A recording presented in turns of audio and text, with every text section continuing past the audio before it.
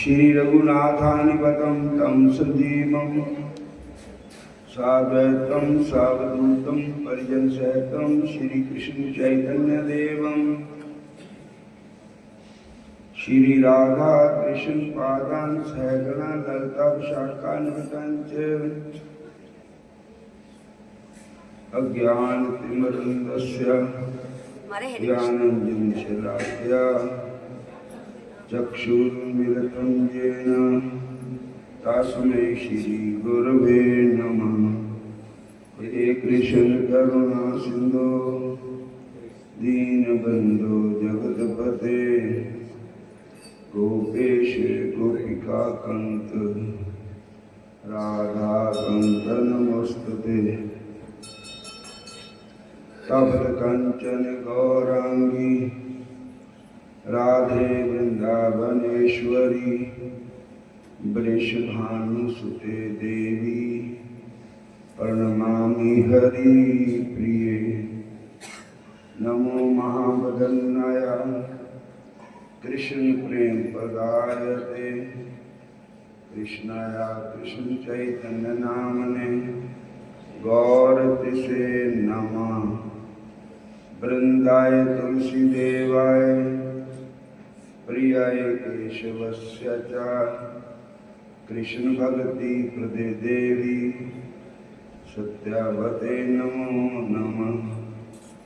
वाञ्छाकल्पतरुभ्यश्च कृपा सिन्धुभ्यो च पतितानां पावनेभ्यो वैष्णवेभ्यो नमो नमः।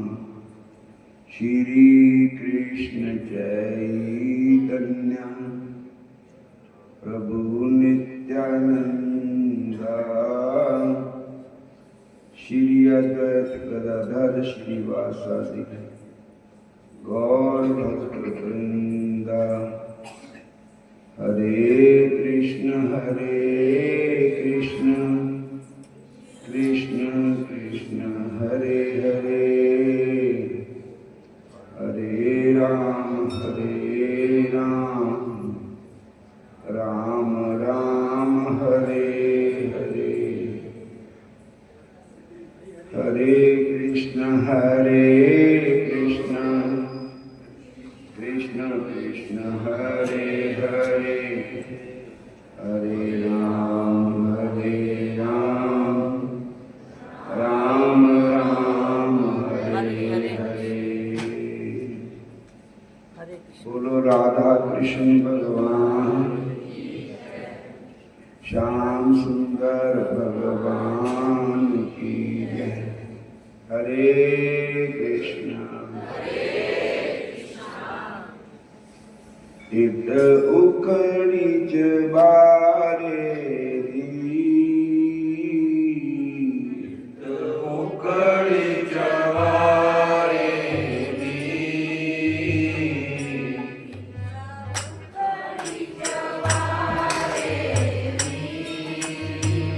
दिल कर देखन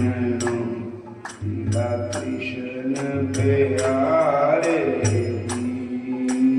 दिल कर देखन कृष्ण प्यारे दिल कर देखन कृष्ण प्यारे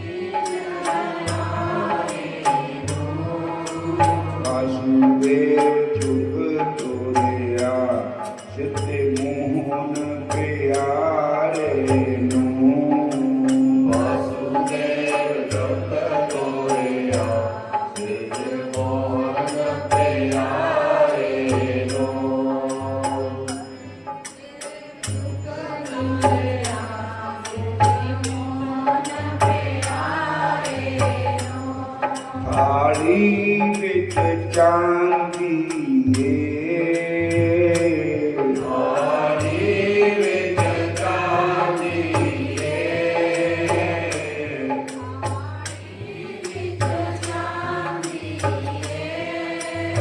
कृष्ण जी दे दर्शनां नूं यमुना चढ़ चढ़ आंदी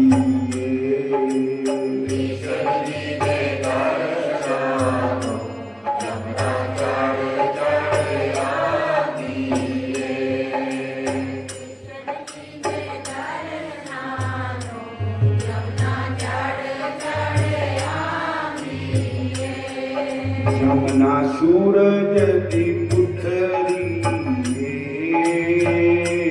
यमुना सूरज दी पुत्री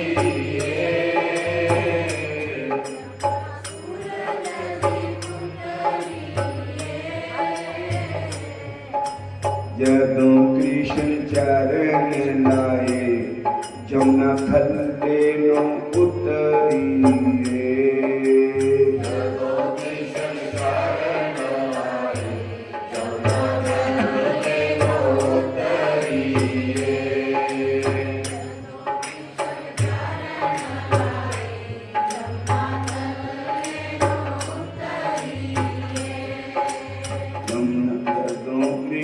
चरण लाए यमुना थल्ले उतरी जदों कृष्ण चरण लाए यमुना थल्ले उतरी इस उखड़ी चबारे दी इस उखड़ी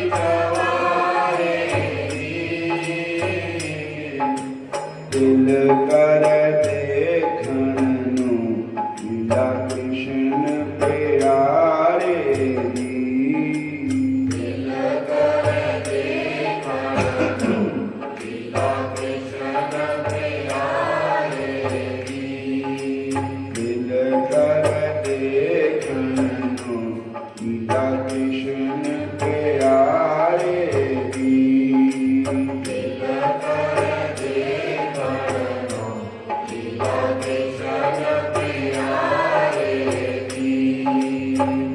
हरे कृष्णा सारे बोलो हरे कृष्णा हरे राम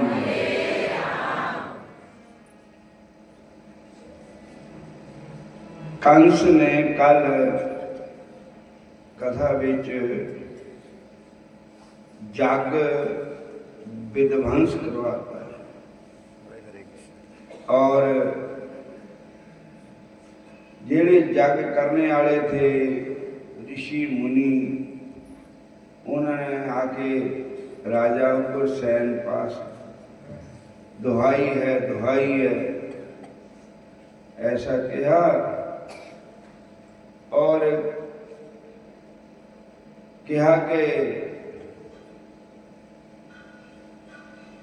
जग विध्वंस कराता आपके बेटे कंस ने। बोलो हरे कृष्ण। असुर भेजे राक्षस भेजे उन्हें जग का नाश कर दिता। तो उग्रसेन को कंस पर बड़ा गुस्सा आया। उन्होंने कहा कंस को बुलाओ। कंस बुलाया गया।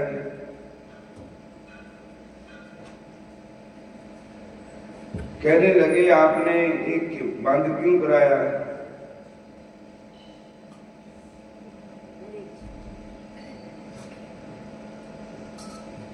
कहने लगा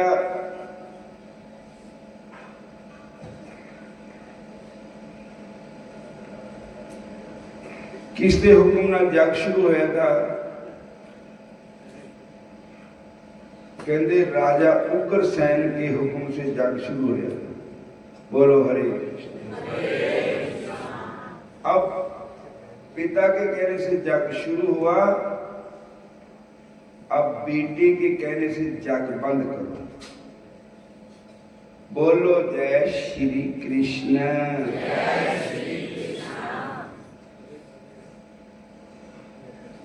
और कहने लगे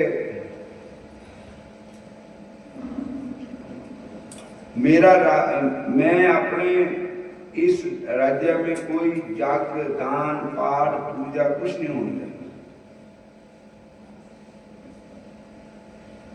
और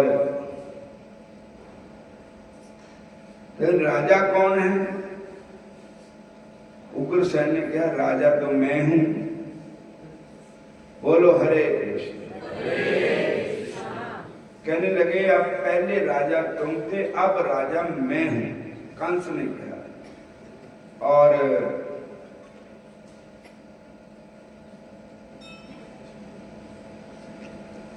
उग्रसेन एंड दम, हरे कृष्ण, जो ताज था सिर पर, जो राजे महाराजा दे ताज होता है, हरे कृष्ण,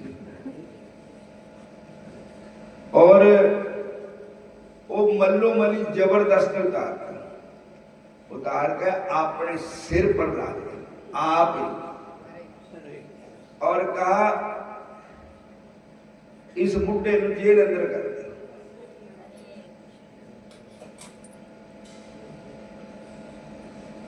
राजा उग्रसेन जो कंस का पिता था, अपने पिता को ही हथकड़ियां लाते, बेड़ियां लातियां और जेल में बंद कर दिया। हरे देखो हम वीरपुर के संगत आ गई हैं, पटेड़ पिंड के सवेरे देख लो कितनी श्रद्धा कितनी भावना है। हरे कृष्णा। दाता जी ते ठाड़ लो सुनता, दाता जी तेरिया संगतां दे ना बेड़ा हरिया, बेड़ा हरिया।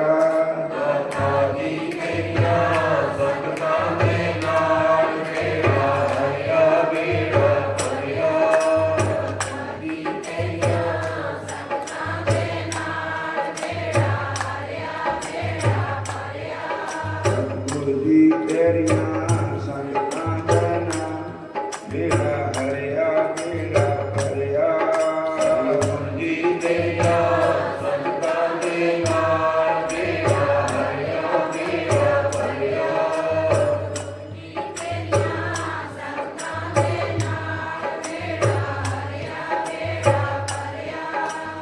हरे कृष्णा। तो ऐदां दे है बेटे भी जो मापिਆਂ ਨੂੰ दुख देने वाले।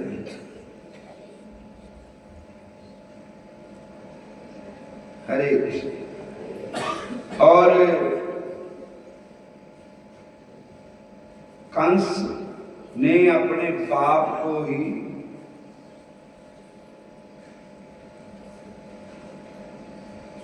जबरदस्ती उसका ताज उतार के अपने सिर पर रख लिया, कहते अब राजा मैं हूं।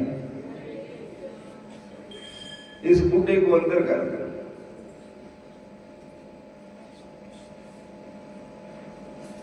जैसे किसी मुसलमान राजा ने क्या नाम था कर, शाहजहां था कौन थे, उन्होंने अंदर कर देता था, पानी ना देवे पीने। तो उसने कहा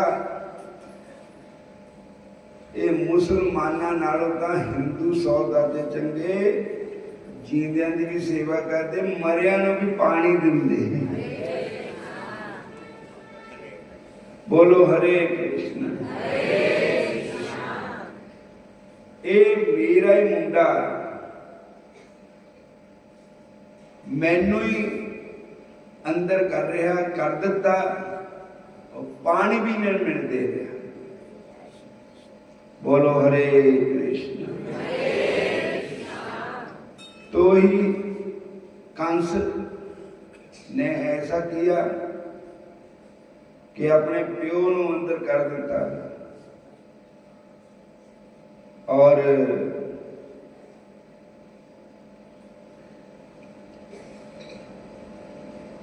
अनेका कष्ट दे रहे।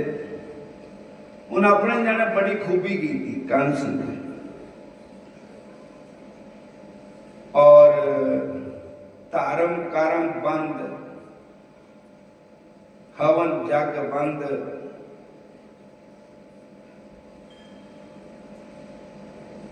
फिर उसके मन च पता नहीं कैसा विचार आया,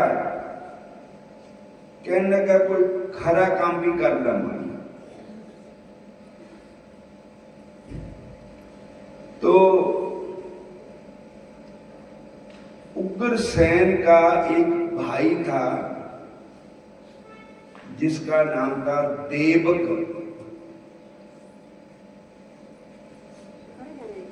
हरे कृष्ण।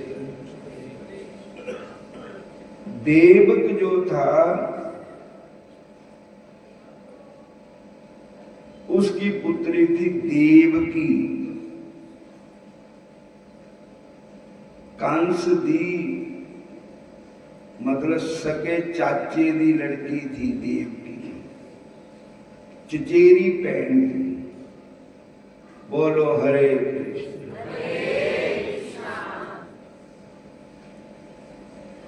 तो उसने अपने चाचे को कहा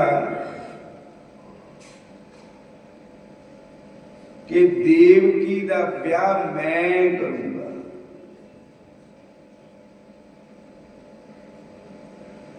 तो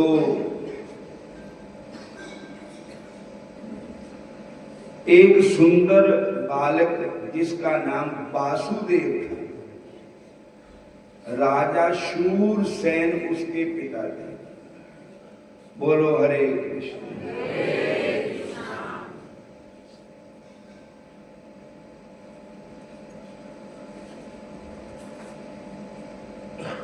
तो वासुदेव जी के साथ देवकी की कर्माई तय हो गई।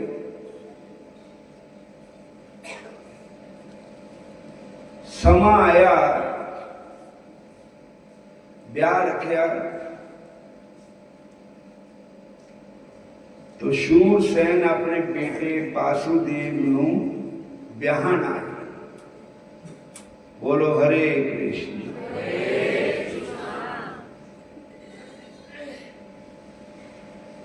देवकी मैया के साथ ब्याह हुआ। तो जब ब्याह होकर हट गया, विदा हो रही बरात,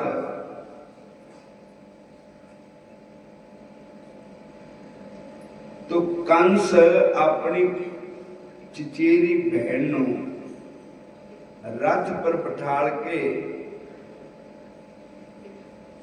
ते आप घोड़ों की लगाम पकड़ के विदा कर रहा है।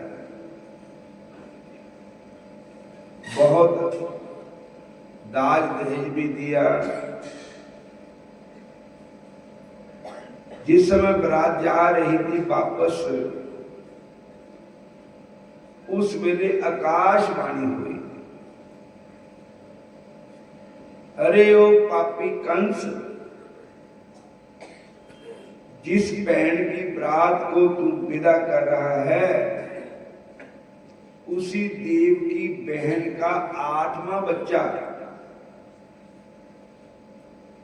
8वां गर्भ तेरी मृत्यु का कारण बनेगा। 8वां बालक तेरी मृत्यु का कारण बनेगा। बोलो हरे कृष्ण।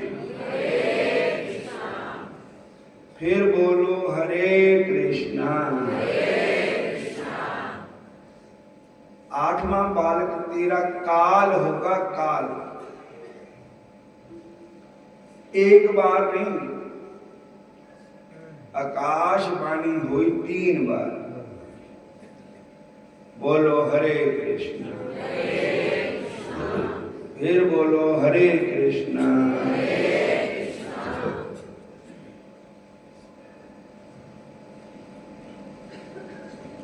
तो कंस ने जब आकाशवाणी सुनी तो उसने, देखो पल में सब कुछ बदल गया 1 मिनट। उसने अपने बहन देवकी को केसों से पकड़ करके रथ के नीचे गिरा दिया। बोलो हरे कृष्णा। केसों से पकड़ करके नीचे गिरा दिया और तलवार निकाल करके उसको मारने लगे, अपनी बहन को। तब वो कहने लगी, भैया मेरा कसूर बता, मैंने आपका क्या बिगाड़ा? मैं तो तेरी बहन है और तू मेरे को क्यों मार रहा है? कहने लगा, तै सुना नहीं,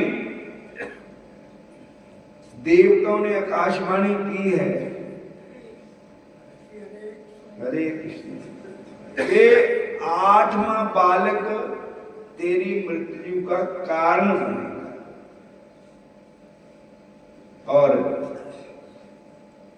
अब ना रह बेल ना लगे फल। बोलो हरे कृष्ण। वासुदेव जी ने नम्रताई नाते कंस को कहा कि जो शूरवीर होते हैं वो स्त्री पर हाथ नहीं डालते हैं, और इधर तेरी है ही बहन है, ठीक नहीं है, छोड़ दे इसको। पर नहीं छोड़ा तो उन्होंने क्या, वासुदेव जी ने कहा कि जिन्ने बच्चे देवकी के गर्भ से आएंगे, 1 आया 2 आए, वो हम आपको दे देंगे, आपकी मर्जी होगी, मारे छोड़ो, जैसे आपकी इच्छा हो। हरे कृष्णा हरे कृष्णा हरे राम।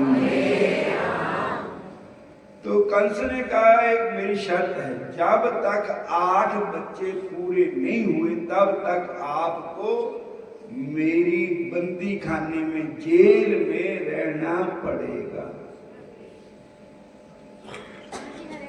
हरे कृष्ण। कहने लगे, ठीक है, सानू ये गल मंजूर है। बोलो हरे कृष्ण। जिन्हां हत्थां नूं लगे थी मेहंदी, कंगने बजे थे, सिर पे सेहरा सज रहा था, ब्याह दे सारे सगन थे, अज उन्हां हत्थां नूं हथकड़ियां लग गई, पैरों में बेड़ियां पै गई। माता देवकी वासुदेव जी को कंस ने जेल के अंदर बंद कर दिया। बोलो हरे कृष्ण।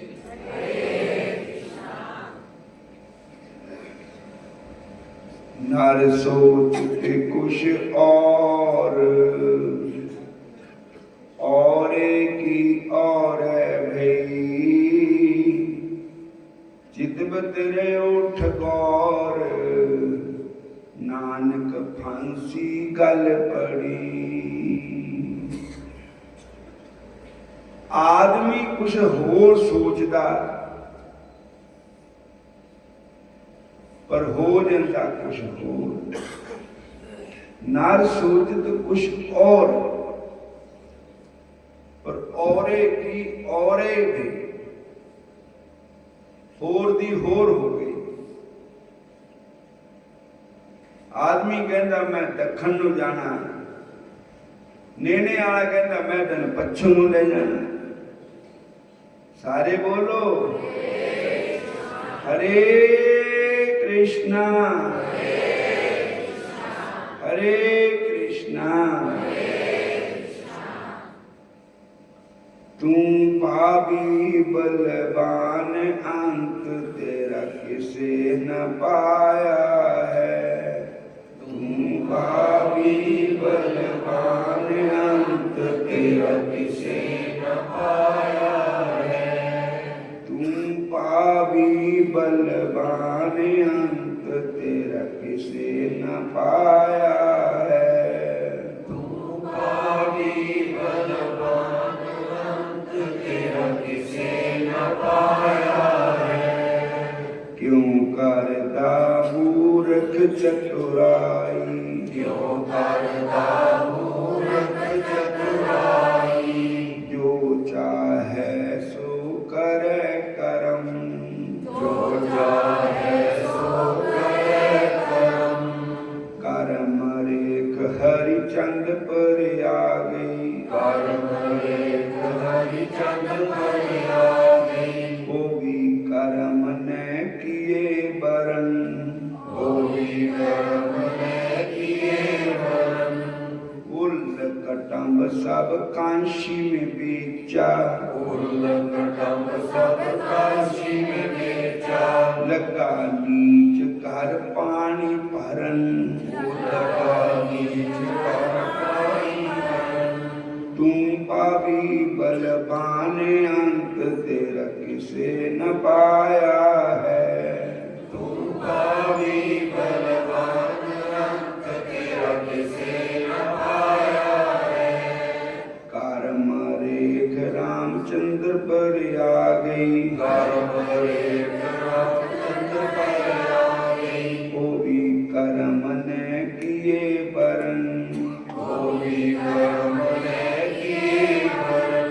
छोटे भाई नो बारिशी लग गई, छोटे भाई नो बारिशी लग गई। सीता को ले गया रावण छल, सीता को ले गया रावण छल। तू पापी बलवान अंत तेरा किसी न पाया है। तू पापी बलवान अंत तेरा किसी न पाया है। कर्म रेख पांडवों पर आ गई, कर्म रेख पांडवों पर आ गई। वो भी कर्म ने किए बरन, वो भी कर्म ने किए बरन। बड़ी सभा में दुशासन, बड़ी सभा में दुशासन। लगा द्रोहता को लगन करन, लगा द्रोहता को लगन करन। तू पापी बलवान अंत तेरा किसे न पाया है। तू पापी बलवान अंत तेरा किसे न पाया है। कर्म रेख पूरन पर आ गई, कर्म रेख पूरन पर आ गई। वो भी कर्म ने किए बरन, वो भी कर्म ने किए बरन। हाथ पैर कटवाए भगत दे, हाथ पैर कटवाए भगत दे। माता लूना कहे मेरा यही है धर्म, माता लूना कहे मेरा यही है धर्म। तू पापी बलवान अंत तेरा किसी न पाया है। तू पापी बलवान अंत तेरा किसी न पाया है। तू पापी बलवान अंत तेरा किसी न पाया है। तू पापी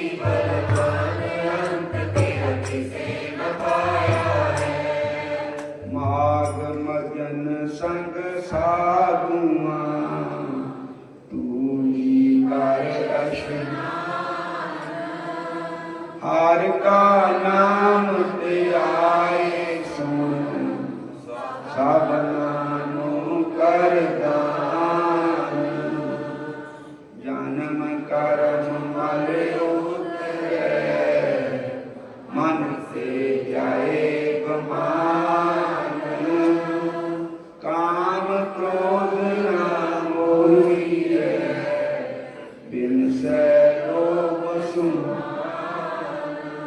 सच्चे मार्ग जन गया सब करे जहान 68 तीरथ सगल गुण जीव देवा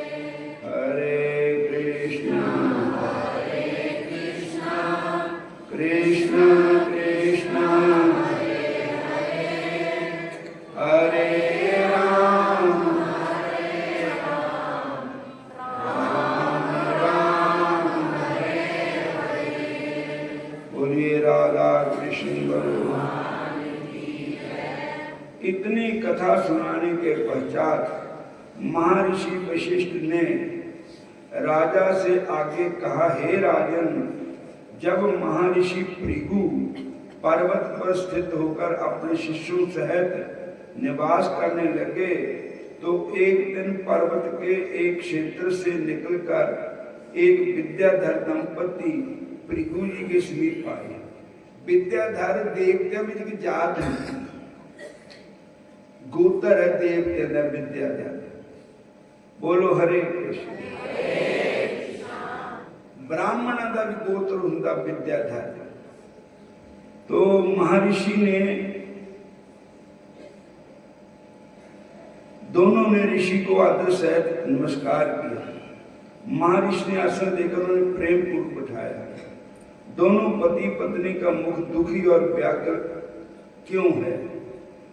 ऋषि भृगु ऋषि ने साधना प्राप्त कर विद्याधर पुष्प प्रकृति प्राकृत स्थित हुआ और बोला, हे महर्षि, मैं स्वयं इसी भाव से आया हूँ कि आप मेरा दुख सुनकर इसके निवारण का मार्ग बताइए। मुझे अपने पुण्य कर्मों के प्रभाव से स्वर्ग की प्राप्ति हुई, किंतु मैं इस कारण से बड़ा दुखी हूँ कि देव शरीर पाकर भी मेरा मुख व्याघ्र के जैसा है। पता नहीं मेरे किस अज्ञात पाप कर्म के कारण मुझे व्याघ्र की मुखाकृति प्राप्त हुई है। विद्याधर ने कहा, मेरे साथ आई जय रूपवती मेरी पत्नी है और जय संगीत गायन तथा वादन में अत्यंत निपुण है। इसने कौमार्यावस्था में सातों स्वरों का ध्यान करके मधुर स्वर में बीना वादन किया। इसके बीना वादन की मुग्धकारी मनोहरता ने गायन कला तथा बीना वादन से वशे देव ऋषि नारद को भी प्रभावित किया। नारद जी प्रसन्न हो गए। उस समय बीना वादन के साथ ही इसके शरीर का अंग प्रत्यंग लय पर थिरक रहा था। इसके बिना वादन ही पंचम ध्वनि सुनकर भगवान शंकर को भी रोमांच हो गया और वे भी मुग्ध होकर शीश हिलाने लगे। हे ऋषि श्रेष्ठ, मैं आपसे सत्य कह रहा हूँ कि शील, स्वभाव, चरित्र, गुणों तथा सौंदर्य और यौवन की दृष्टि से मेरी पत्नी अद्वितीय है। इसके जैसी विशिष्टों से मुक्त युक्त स्वर्ग में कोई भी अन्य युक्ति नहीं है। हे ब्रह्म ऋषि, मुझे यही दुख खाए जा रहा है कि ऐसी अद्वितीय सुंदरी का पति मैं कैसा पुरुष हूँ। मैं इसी कुरूपता के कारण दुख की अग्नि में दिन रात जलता रहता हूँ।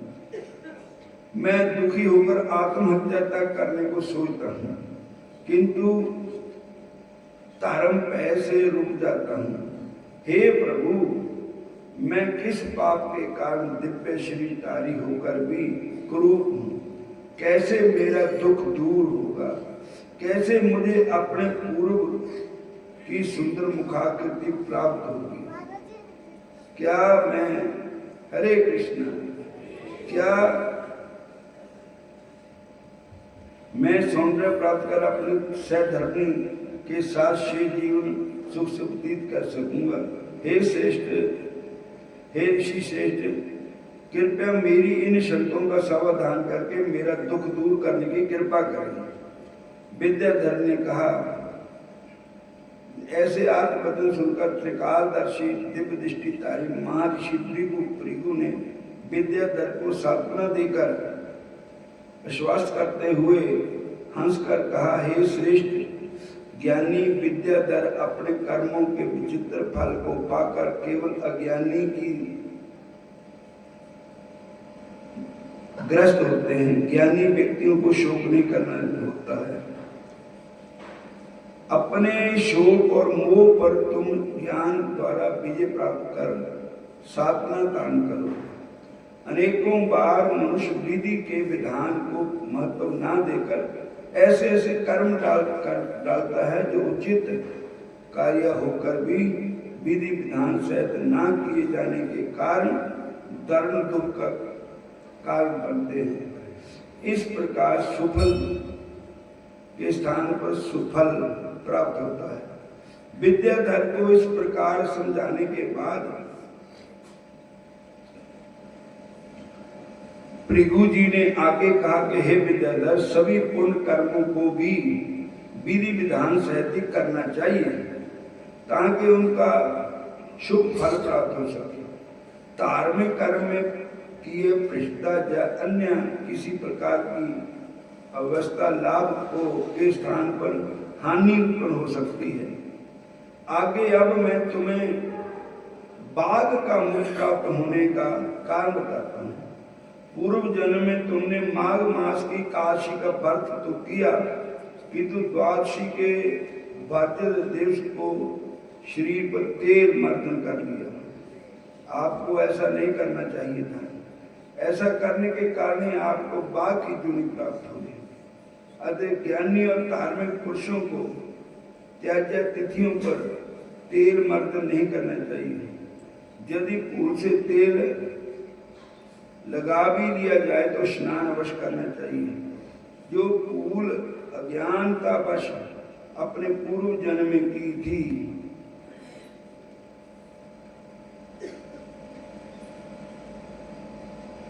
वही किसी समय अज्ञानतावश राजा पुरु से भी हो गई थी।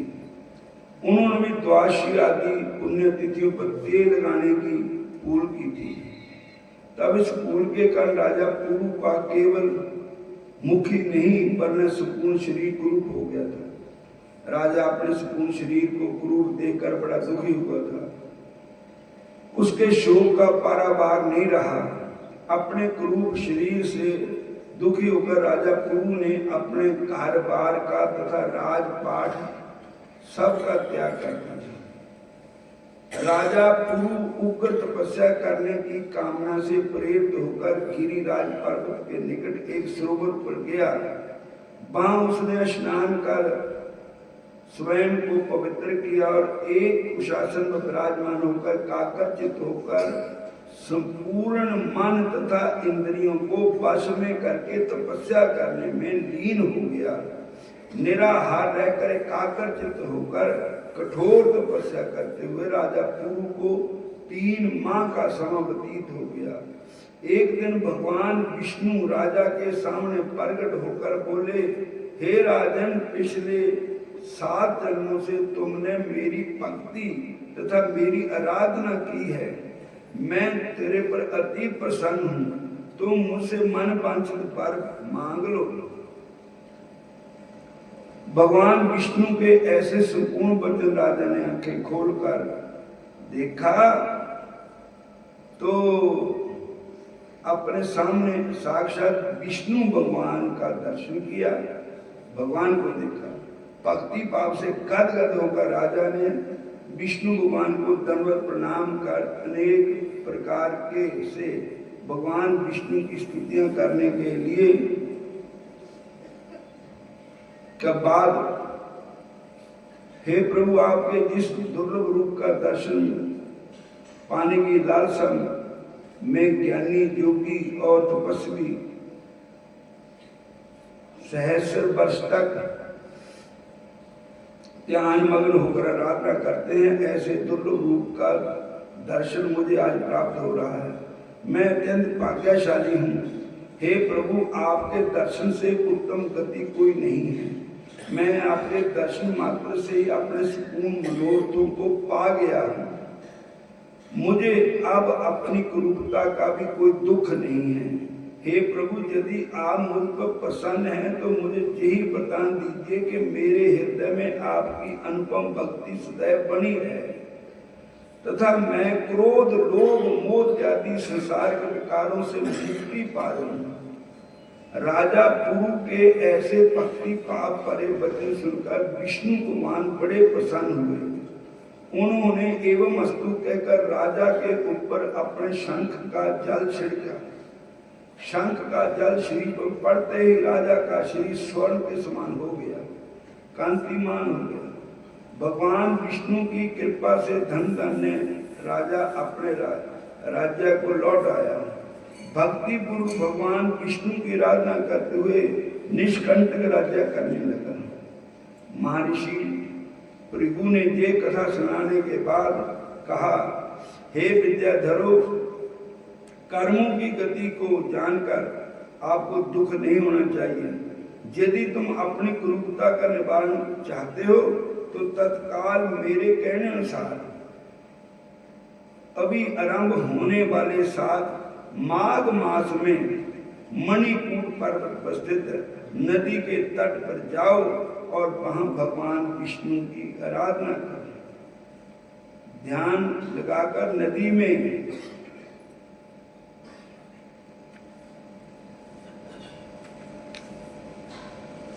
स्नान करो।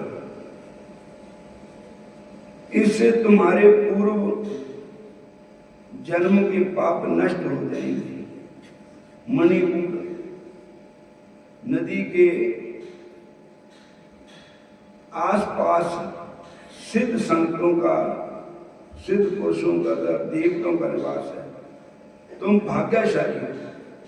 आज से ठीक 5 दिन पश्चात माघ मास आरंभ होने वाला है।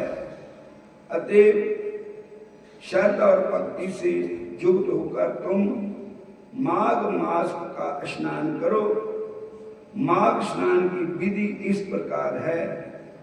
पौष शुक्ला एकादशी के दिन से स्नान आरंभ करना चाहिए। भूमि पर शयन करे। 1 माह तक निराहार व्रत का पालन करते हुए तीनों कालों में स्नान करते रहना चाहिए और मन को एकाग्र करके पूर्ण इंद्रियां निग्रह करते हुए उसी प्रकार के भोगों को त्याग कर माघ शुक्ला एकादशी तक तीनों कालों में भगवान विष्णु का पूजन करना चाहिए। इस प्रकार मनसा वाचा कर्मणा स्वयं को विष्णु भगवान में लीन कर देना चाहिए। जो मनुष्य पूरे मास स्नान करता है, श्रद्धा अनुसार दान करता है और माघ महात्मा का श्रवण करता है, वह संपूर्ण संसार सुखों को भोगकर यश और कीर्ति को प्राप्त कर अंत में स्वर्ग को प्राप्त करता है। अतएव समस्त संसार सुखों की कामना रखने वाले तथा स्वर्ग की कामना करने वालों को माघ महीने का स्नान और महात्म्य अवश्य पढ़ना सुनना चाहिए। माघ स्नान के फल से मनुष्य की विपत्तियां तथा सभी प्रकार के पापों का नाश हो जाता है। माघ स्नान यज्ञ से भी अधिक फलदायी है। माघ स्नान के समस्त दानों का फल प्राप्त होता है। विशेष क्या कहा जाए, एक माघ मास का स्नान ही समस्त जपों तपों योगों का फल देने वाला है। पुष्कर, प्रयागराज, ब्रह्मावर्त, पृथु तथा गंगा संगम इत्यादि तीर्थों पर 10 वर्षों तक नियमित स्नान द्वारा जो पुण्य प्राप्त होता है वही फल केवल 3 दिनों तक माघ स्नान तथा महात्म्य श्रवण द्वारा प्राप्त हो जाता है। ऐसे मनुष्य को जो सदैवी संसार के दुखों से मुक्त रहना चाहते हैं तथा दीर्घकाल प्राप्त करना चाहते हैं, उन्हें चाहिए कि माघ मास का व्रत स्नान तथा महात्म्य श्रवण करना न छोड़े। दरिद्रता, दुर्भाग्य तथा पाप इत्यादि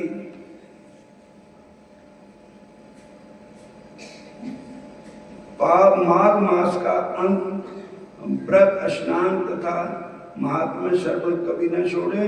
दरिद्रता, दुर्भाग्य तथा पाप इत्यादि को नष्ट करने के लिए माघ स्नान सबसे उत्तम है।